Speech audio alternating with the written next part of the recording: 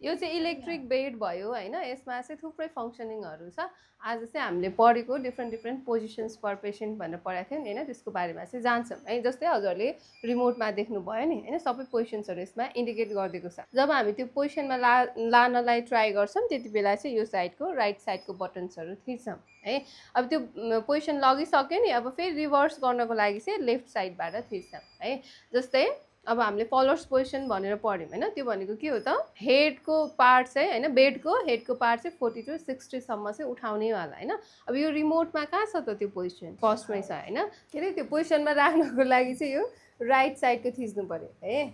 अब कतिसम्म उठायो त यतिकै त थाहा हुँदैन यसमा चाहिँ यो इन्डिकेसन दिएको वाला छ हैन हेर्न मिल्नेवाला त्यसमा हेरेर चाहिँ यसमा हेरेर चाहिँ थाहा हुने भयो है जस्तै यो सानो बल छ नि देख्नुभयो यसले देखाउने भयो अब यो पार्ट उठाएको छ भने चाहिँ यहाँ हेर्नु पर्यो हैन यतापट्टिको पार्ट उठाएको छ भने हामीले त्यही देख्न सक्छौँ यो कहाँसम्म आइपुग्यो त 45 मा छ नि हैन भनेपछि यो कुन पोजिसन भयो फलोवर्स पोजिसन भयो है अब फेरि ब्याक रिभर्स गर्नको लागि हामीले कुन भनेको थियो त त्यसकै लेफ्टपट्टि साइडमा हैन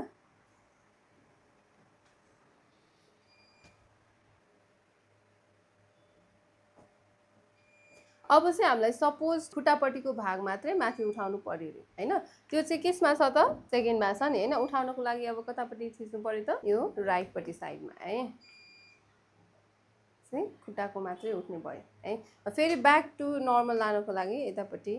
हैन अब हामीलाई एकैचोटि उठाउनु पर्यो भने पनि यो दुईटा हैन यो दुईटा भाग चाहिँ एकैचोटि उठाउनु पर्यो भने पनि यो अप्सन छ यतापट्टि थिच्ने अथवा अब कहिलेकाहीँ केही प्रोसिडरहरू गर्दाखेरि चाहिँ हामीलाई यो बेडको लेभल अलिक हायर पोजिसन चाहिने हुन्छ हैन अब यो भनेको अलिक लो नै भयो पेसेन्टलाई ओर्लिन उक्लिन चाहिँ सजिलै छ है तर हामीले यहीँ केही प्रोसिडर गर्दैछौँ भने हामीलाई चाहिँ यो कम्फर्टेबल हुँदैन नि हैन हामी धेरै निहुरिन पर्ने भयो हो हाम्रो ब्याकको लागि चाहिँ यो अलिक सुटेबल भएन भनेपछि खाटको लेभललाई पनि हामीले चाहिँ माथि गर्न मिल्छ त्यो पोजिसन चाहिँ यो यसरी पुरै बेडलाई चाहिँ हामी माथि गर्छौँ है जहिले पनि हामी बेडमै केही प्रोसिडरहरू केही केयरहरू गरिरहेछौँ भने चाहिँ अलिकति हाई नै राख्ने हाम्रो सेफ्टीको लागि है